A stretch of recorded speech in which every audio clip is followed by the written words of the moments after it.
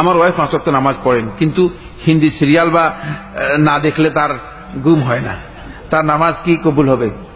নামাজ কবুলের বিষয়ে আমি বলতে পারতেছি না, কিন্তু হিন্দি সিরিয়ালের যেই অবস্থা, এই অবস্থা থেকে বোঝা যাচ্ছে যে আমাদের অবস্থা খুব ভালো না।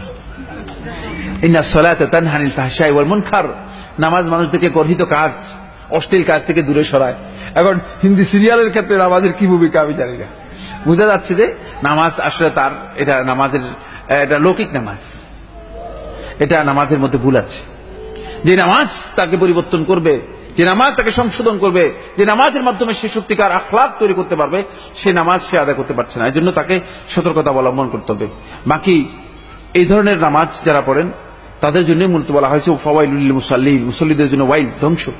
কারণ আপনি নামাজ পড়তেছেন, আসলে আপনি নামাজ বুঝেন না, নামাজের কোন দায়িত্ব সম্পর্কে আপনি জানেন না। এই জন্য আমাদের সতর্কতা অবলম্বন করতে হবে।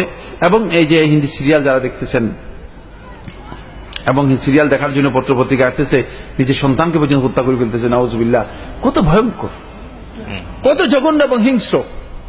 মানে বন্য সভ্যতাকে আমরা ডিঙ্গিয়ে যাচ্ছি, আমরা হিংস্র এবং বন্য যে সভ্যতা আছে সেই সভ্যতাকে ডিঙ্গিয়ে গিয়ে আমরা এখন নিজেদের মধ্যে নতুন সভ্যতা চালু করার জন্য চেষ্টা করছি।